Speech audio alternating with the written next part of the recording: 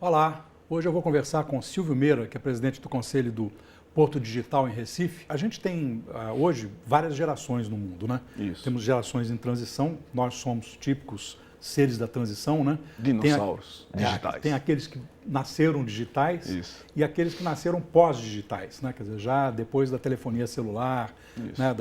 Das grandes mudanças e tal. Então, essa mistura de gerações aí vai produzindo uma série de descontinuidades E a gente, claro que os seres de transição, na verdade, eles hoje são dominantes, digamos, política e universitariamente, academicamente, né? Nós somos dominantes.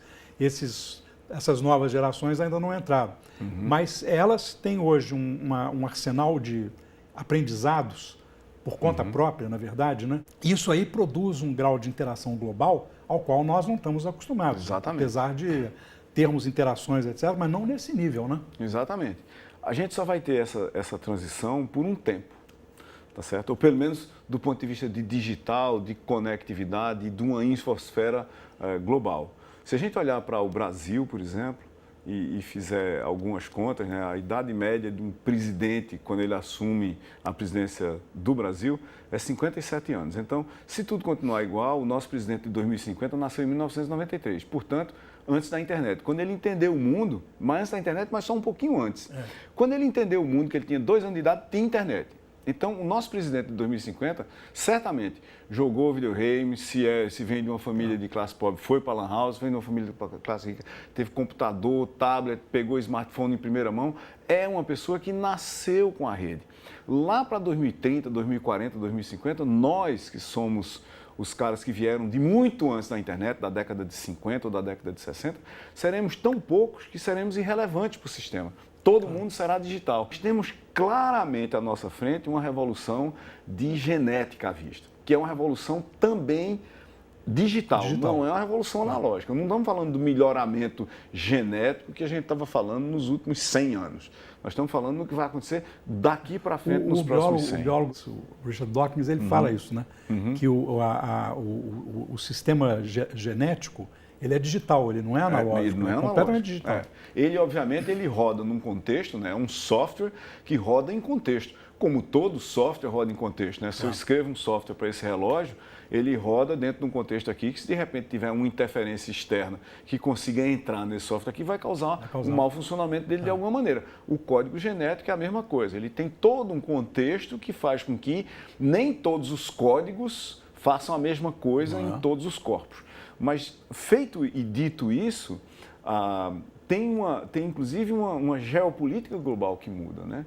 Se a gente olhar, por exemplo, para os investimentos em medicina de alta precisão e olhar os 2 principais contendores mundiais nesse cenário, que são a China e os Estados Unidos, os 2 têm um projeto político e estratégico de medicina de alta precisão para levar a resultados industriais depois, ou seja, para levar a novos tratamentos, novas práticas, novos serviços, novos produtos biológicos e fármaco-médicos, né? Para cada dólar que os Estados Unidos investem nessa área como política pública, a China investe 43.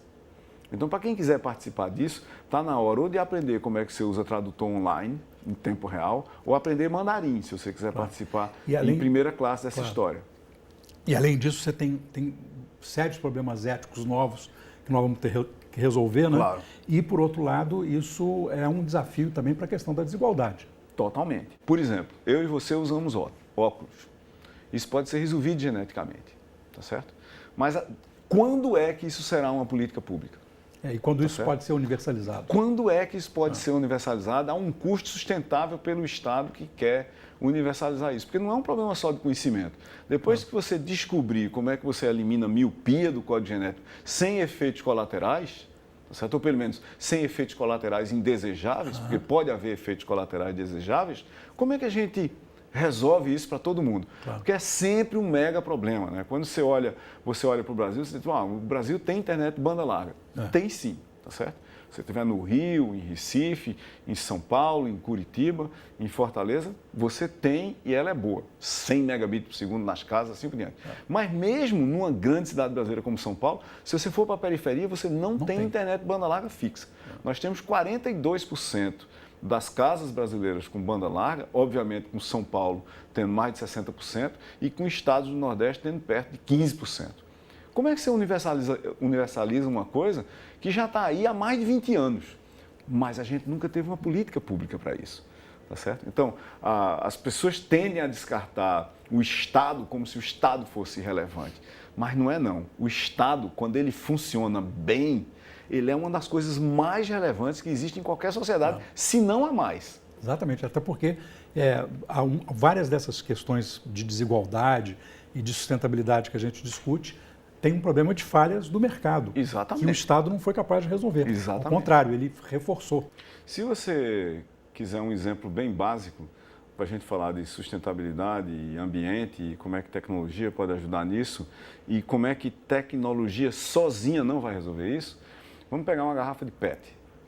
Imagine que eu conseguisse botar um sensor que está conectado em rede em todas as garrafas de PET que armazenam absolutamente tudo, inclusive a água mineral que a gente sai tomando pelo meio da rua.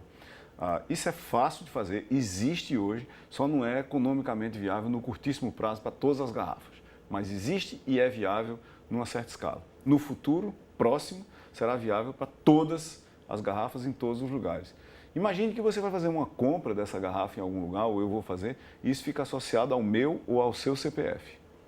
Como é uma garrafa e é de PET, o que é um negócio perigosíssimo no longo prazo para o ambiente, se a gente tivesse um arcabouço de política pública que obrigasse nós dois a levar essa garrafa de PET para um lugar onde ela tem que ser reciclada, depósitos especiais, assim por diante, e eu estou falando obrigar quer dizer o quê? Se essa garrafa não voltar para um lugar onde ela tem que ser reciclada depois de um certo tempo, nós vamos ser multados digitalmente e automaticamente pelo sistema.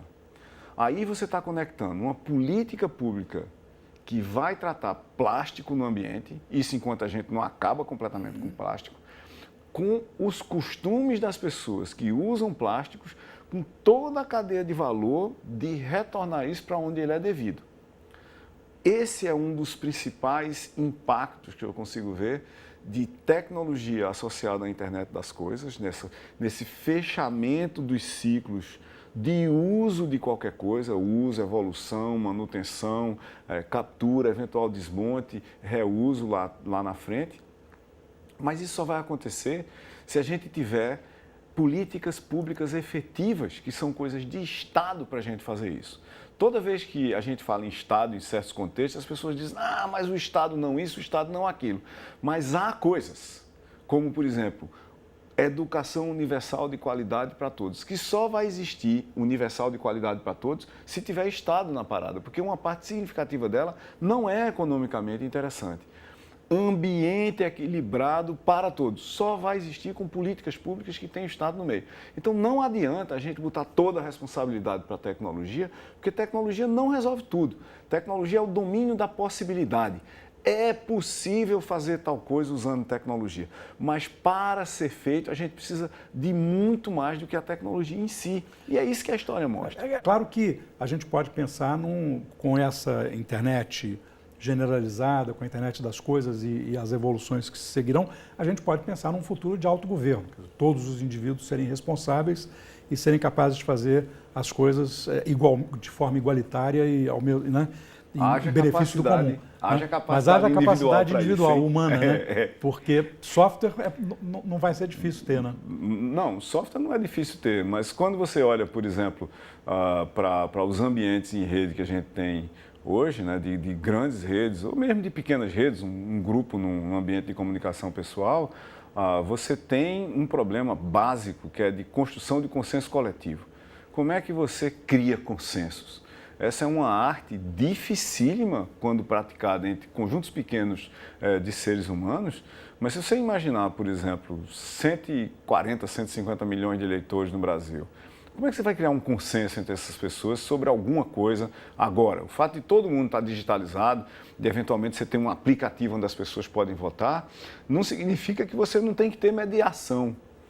Porque se a gente for fazer democracia direta para muitas coisas, ela pode ser manipulada de maneiras ainda mais radicais online do que você pode manipular, aspas, os representantes do povo offline. Fica cada vez mais fácil discriminar ainda mais as minorias, né? Exatamente. E construir maiorias falsas, inclusive. Exatamente. Esse processo de construção de maiorias, aliás, o processo de manipulação política, né, desde que a gente resolveu votar de maneira mais ou menos estruturada, se a gente pegar, sei lá, uma história de 250 anos disso e uma história mais próxima dos últimos 100 anos, a manipulação de voto é uma das coisas mais poderosas da sociedade, né? Porque é óbvio, ela cria poder e poder é o que muita gente quer para uso próprio ou às vezes, mesmo que não para uso próprio, para exercer sua visão de mundo sobre a sociedade como um todo, como, aspas, benemérito dela, né?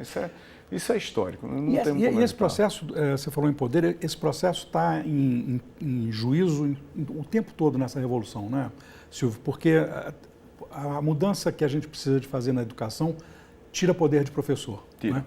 A mudança que a gente precisa de fazer do ponto de vista global tira poder dos estados nacionais. A mudança que a gente precisa de fazer internamente tira poder dos políticos. Né? Quer dizer, então, o poder que está sendo contestado, isso gera uma reação grande. Né? Muito grande, mas todo o processo de reestruturação do poder gera poder também em outros lugares. Então, em alguns poucos lugares, a articulação do poder, vamos dizer assim, do poder analógico, virou também a articulação do poder digital. Mas o fato é que você tem um conjunto de estruturas analógicas de poder que estão plantadas dentro da sociedade que são muito difíceis de mudar. Muito difíceis de mudar. Quando a gente olha para o Brasil e vê os dados que mostram que a gente tem basicamente famílias que ocupam os mesmos espaços políticos há décadas, você vê quão difícil é mudar. E se você mudar de país, você vai descobrir a mesma coisa. São núcleos familiares ou representantes de certas hierarquias, algumas das quais em muitos países vêm da Idade Média, que estão ali estruturados no poder. Mas, ao mesmo tempo, quando você olha para, vamos dizer, arquiteturas que não estão associadas diretamente ao poder político ou ao poder econômico, quando você, através de internet das coisas, você transformou produto em serviço, ou seja, eu não estou mais interessado no carro que eu vou pegar para ir do ponto A para o ponto B, porque eu pego um aplicativo e o aplicativo me manda um meio de transporte. Ou seja, o carro deixou de ser importante. A marca, o estofamento, se o motor tem 4, 6 ou 20 cavalos, ou seja lá o que for, isso deixou de ser relevante porque eu não quero um carro, eu quero me mover de um ponto para outro. Se fosse teletransporte, era melhor ainda. Mas, em particular, é um veículo e podia ser qualquer um. Então, existe um desmonte muito mais agressivo do poder fora da política ou dos aparatos que estão associados ao Estado do que existe no Estado em si, né? Você vê muita coisa que é supostamente digital no Estado, mas que não é. A gente está aprendendo numa velocidade que eu acho que é muito grande, considerando todos os obstáculos, inclusive de comportamento pessoal, a trabalhar em rede.